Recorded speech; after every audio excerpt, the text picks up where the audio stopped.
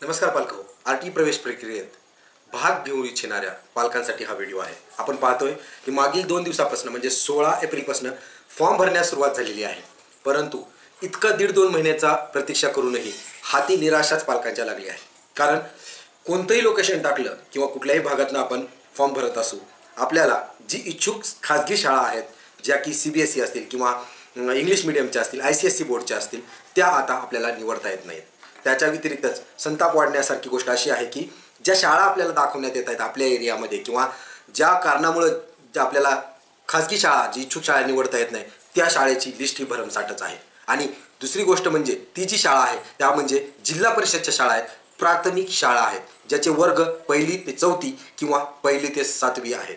मग पालकांमध्ये संताप किंवा असा प्रश्न पडतो की नेमकं RTEला उद्देश काय आहे, म्हणजे सरकारी शाळेत ॲडमिशन घेणं RTEचा उद्देश आहे का? कारण असंही सरकारी शाळेत मोफत किंवा कमी दरातच शिक्षण उपलब्ध असतं। पण नेमकं पालकांना हा प्रश्न पडलेला आहे की मागे 1.5-2 महिन्यापासून जी आपल्याला तारकावर तारखा मिळत होत्या, तर ह्या खाजगी शाळा नोंदणीला उशीर होत होता की सरकारी शाळेला नोंदणीला, आणि जर सरकारी शाळा नोंदणीला उशीर झाला असेल तर त्याचा पालकांना कसलाच फायदा होत नाहीये।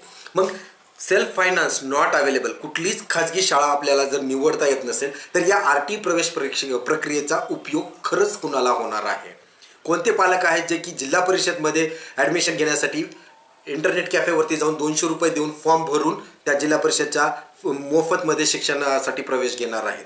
किंवा सेल्फ फायनान्स नॉट अवेलेबलला काय पर्याय आहे का? कारण काही ठिकाणावरनं शाळा दिसून येत आहेत, ॲडमिशन्स होत आहेत, वॅकंट सीट किंवा फील्ड सीट जर आपण पाहिला तर त्यामध्येही फील्ड सीट्स दिसून येत आहेत। पण नेमकं खरंच आपल्या लोकेशनचा प्रॉब्लेम आहे का, त्यावरती काही तोडगा काढता येतो का वेट अँड वॉच केला पाहिजे, नियमामध्ये बदल होईल का, या सर्व प्रश्नाचा गुंता काय तो पालकांमध्ये दिसून येतो। आणि तुम्हाला तर माहिती आहे विषय जसा गंभीर आहे तसं मी समजून सांगायला खंबीर आहे। त्यामुळे इडापिडा जाऊ दे, जनतेचं राज्य होते म्हणत आपण या माहितीला सुरुवात करूया।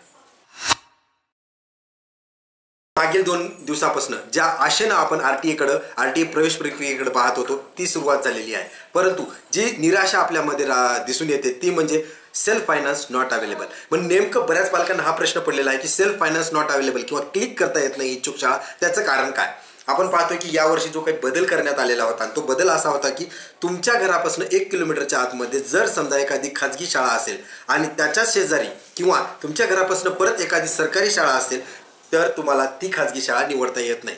म्हणजेच काय, जर जी एखादी शाळा तुम्हाला सेल्फ फायनान्स नॉट अवेलेबल दाखवत असेल तर याचा अर्थ असा झाला की त्या शाळेच्या शेजारी 1 किलोमीटरच्या अंतरावरती सरकारी किंवा निमशासकीय शाळा उपलब्ध आहे। मग आपण पाहतो की मग 2 किलोमीटरमध्ये जे अंतर आहे किंवा 1 ते 3 किलोमीटरमध्ये तरी मला भेटलं पाहिजे होतं, परंतु 1 ते 3 किलोमीटरमध्ये ज्या इच्छुक शाळा आहेत त्यामध्येही आपल्याला सेल्फ फायनान्स नॉट अवेलेबल हे ऑप्शन दिसून येतंय। मग नेमकं यावरती मात कसा करायचा? काही ठिकाणावरनं मी बरेचसे फॉर्म भरले, त्यामध्ये काही लोकेशनवरनं ती शाळा उपलब्ध दिसते जी इच्छुक शाळा आहे, पण काही ठिकाणावरनं उपलब्ध दिसून येत नाही। मग नेमकं नियम हा आहे का की सरकारी शाळा आणि खाजगी शाळेमधलं 1 किलोमीटर अंतर असेल तर ती खाजगी शाळा दिसणारच नाही? तर तसं नसून थोडक्यात मी समजावून सांगतो टेक्निकली कशा प्रकारे या शाळेतून म्हणजे कुठल्या लोकेशनवरनं ही शाळा दिसते, कुठल्या लोकेशनवरनं शाळा दिसत नाही। त्यासाठी आपण थोडक्यात एका स्क्रीनवरती पाहूया।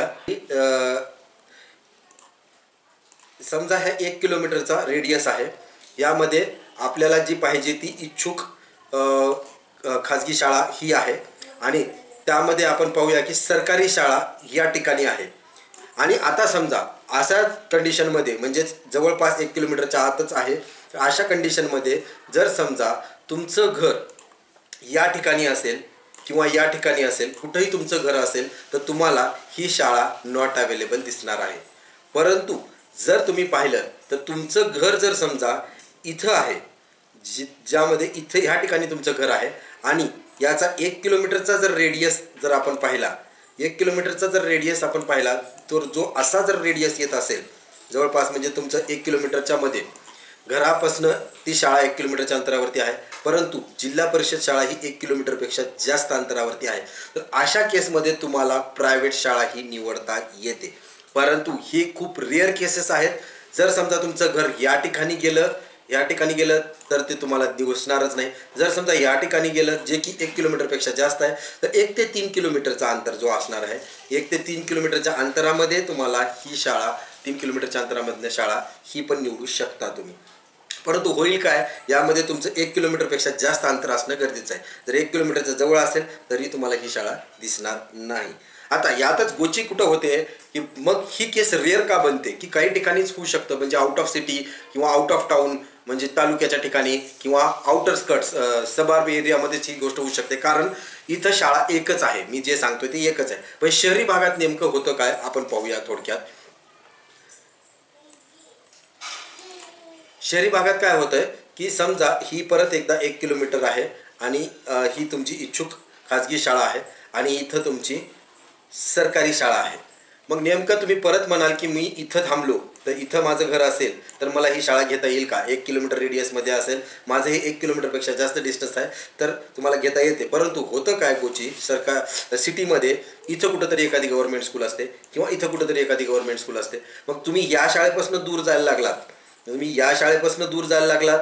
तरी तुम्हाला या शाळेपासून दूर जायला लागला तर ही शाळा तुम्हाला जवळ येते किंवा या शाळेपासून दूर जायला लागला तर ही शाळा जवळ येते.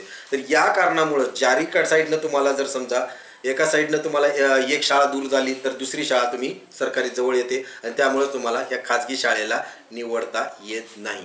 तर हे काय छोटंसं अपडेट आहे, म्हणजे टेक्निकली काही ठिकाणी जर तुम्हाला सरकारी खाजगी शाळा निवडता येत असतील तर त्याचं कारण इतकंच आहे, तुमच्या घरापासून त्या शाळेचं शासकीय शाळेचं डिस्टन्स 1 किलोमीटरपेक्षा जास्त असेल आणि 1 किलोमीटरच्या मध्ये जर तुमची खाजगी शाळा येत असेल तर तुम्ही ही बाब ट्राय करून बघा. आता तुमचं घर तर तुम्हाला उचलून ठेवता येणार नाही, भाडेकरू जे आहेत, जे भाडेकरू करू पाहतात त्यांच्याकडे एखादा ऑप्शन असू शकतं की तुम्ही तुमच्या तशा लोकेशन्सवरतीच जे काही तुम्ही राहू इच्छित आहात त्या ठिकाणचंच भाडे करार बनवा आणि काय तो यामध्ये मार्ग असू शकतो. हा काय सुखकर किंवा सजेस्टेबल मार्ग नाही आहे, पण टेक्निकली कसं यामध्ये तुम्हाला त्या खाजगी शाळेला निवडता येईल हे मी माझ्या अनुभवावरून सांगण्याचा प्रयत्न केला आहे.